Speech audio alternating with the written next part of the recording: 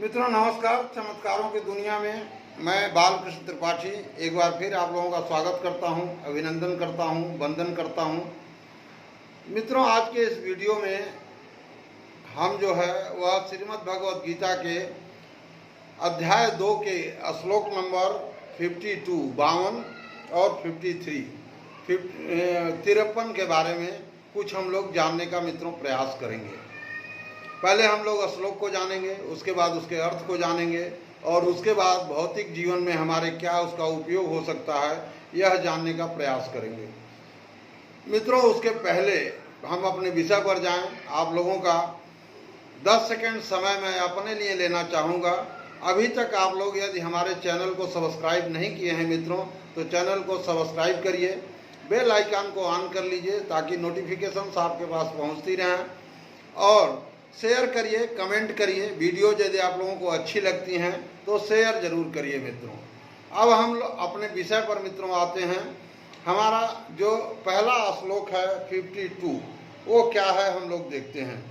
यदा ते मोह कलिलम बुद्धिर्व्यति तरिष्यति तदा गन्तासि निर्वेदम श्रोतव्यस्य श्रुतस्य च। यह मित्रों श्लोक नंबर 52 है। इसमें भगवान जो है श्री कृष्ण अर्जुन को यह बता रहे हैं कि जिस काल में, जिस समय में तेरी बुद्धि जो है, यह जो मोह है तुम्हारा कि हम अपने बंधु बांधवों को लड़ाई में मारेंगे, हम अपने पितामह को मारेंगे, हम अपने गुरु को मारेंगे, तो यह जो तुम मोहग्रस्त, द्वंद्वग्रस्त और शोकग्रस्त हुआ है, तो जिस समय में तुम्हारी बुद्धि जो है यह इस मोह रूपी दलदल से पार हो जाएगी, भली भांति पार हो जाएगी, मतलब पूरी तरह से पार हो जाएगी, उस समय तू सुने हुए और सुनने में आने वाले इस लोक और परलोक संबंधी सभी भोगों से वैराग्य को प्राप्त हो जाएगा। ऐसा भगवान जो है श्री कृष्ण जो है वह अर्जुन को बता रहे हैं मित्रों जो है। और अब देखते हैं हम कि श्लोक नंबर 53 क्या है। श्रुति विप्रतिपन्ना ते यदा स्थास्यति निश्चला समाधावचला बुद्धि सदा योगम वाप्स्यसि। यह श्लोक नंबर 53 है मित्रों।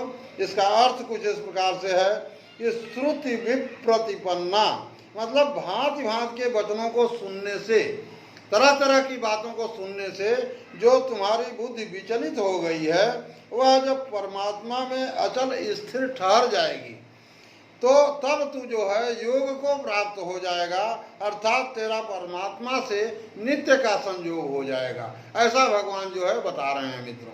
तो इस श्लोक नंबर 52 और श्लोक नंबर 53 से मित्रों हम लोग अपने भौतिक जीवन में इसका क्या उपयोग कर सकते हैं, अब हम लोग यह जानने का प्रयास करते हैं।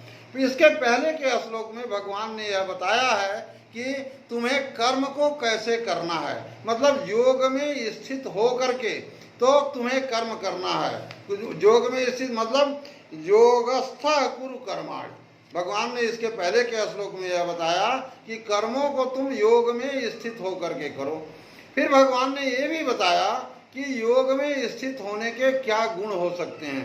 तो उन्होंने बताया कि यदि तुम्हारे अंदर समत्व की बुद्धि आ जाए, मतलब सुख दुखे समय कृत्वा, अगर सुख दुख दोनों तुम्हारे लिए समान है, जीतना हारना दोनों तुम्हारे लिए समान है, लाभ हानि ये सब तुम्हारे लिए समान है, तो इसका मतलब तुम अपने कार्यों को योग में स्थित होकर के कर रहे हो। उसके बाद मित्रों इस श्लोक में भगवान यह बता रहे हैं कि तुम जब मोह रूपी दलदल से, जो मोहग्रस्त हो तुम, शोकग्रस्त हो तुम या द्वंद्वग्रस्त हो तुम, जब इस दलदल से तुम निकल जाओगे तो उस समय जो है जितने भी भोग हैं उनसे, उन भोगों से तुम्हारा वैराग्य हो जाएगा। भोग मित्रों अच्छी चीजें ही नहीं होती हैं, सुख भी भोग है और दुख भी भोग है। दोनों से निकलना जो है वह बहुत जरूरी है। और दोनों से हम निकल कब पाएंगे, जब हम उनके बारे में सोचेंगे ही नहीं, दोनों से विरक्त होंगे, दोनों में कोई आसक्ति हमारी नहीं होगी, तब हम उनसे निकल पाएंगे। यह हमें भौतिक जीवन में मित्रों यहाँ पर यह सीख मिलती है। दूसरी सीख भगवान श्लोक नंबर 53 में क्या बता रहे हैं कि इस दुनिया के भांति भांति के वचनों को सुन करके, तमाम तरह के लोग हैं, सबकी बुद्धि अलग है, हर आदमी एक दूसरे से अलग है और हर आदमी के विचार अलग हैं। तो इन बातों को सुन करके जो तुम्हारी बुद्धि विचलित हो गई है, वह जब तक परमात्मा में स्थिर नहीं होगी, भगवान में तुम्हारी बुद्धि स्थिर होकर के ठहर नहीं जाएगी, तब तक तुम योग को प्राप्त नहीं होगा। अब जब तुम्हारी बुद्धि भगवान में स्थिर हो जाएगी, तब तुम योग को प्राप्त हो जाओगे, अर्थात तेरा परमात्मा से, भगवान से नित्य का संयोग हो जाएगा। और जब नित्य का संयोग हो जाएगा, तब तुम समत्व की स्थिति में आ जाओगे। समत्व का स्थिति मतलब तुम्हारे लिए जय और क्या बोलते हैं, हार जो है वो दोनों बराबर हो जाएगी। जो द्वंद्व है, इसके पहले के श्लोक में अर्जुन ने कहा है भगवान से कि यह भी कोई जरूरी नहीं है कि हम लड़ाई लड़ने के बाद जो है वह जीतेंगे कि हारेंगे।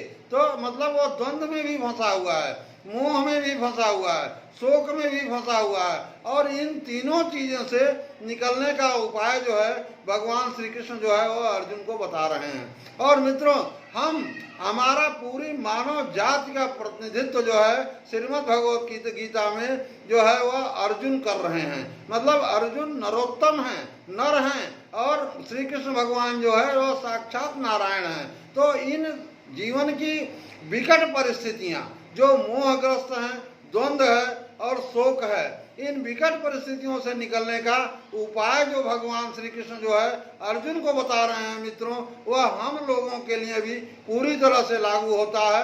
और हमें भी अपने भौतिक जीवन में मित्रों यह शिक्षा लेना चाहिए कि हमें जो है वह अपनी भांति भांति की बातों को सुन करके अपनी बुद्धि को खराब नहीं करना चाहिए, बल्कि अपने मन को भगवान में स्थिर करके, और हमारा मन जो कहे, जो देखिए जो हमारा मन कहेगा, हमारा दिमाग जो कहेगा, हमारे मन से जो बातें निकलेंगी वो हमेशा सही होगी। हर व्यक्ति जानता है मित्रों कि क्या करने योग्य है और क्या करने योग्य नहीं है। और इस परिस्थिति में निर्णय लेकर के यदि हम अपने कर्म पथ पर डटेंगे मित्रों, तो हमें अपने भौतिक जीवन को संवारने से कोई भी जो है वो रोक नहीं सकता है मित्रों।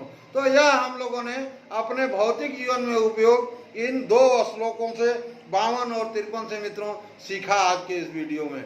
मित्रों, आप लोग अपना अच्छी तरह से ख्याल रखिए। हम मिलते हैं अगली वीडियो में। धन्यवाद।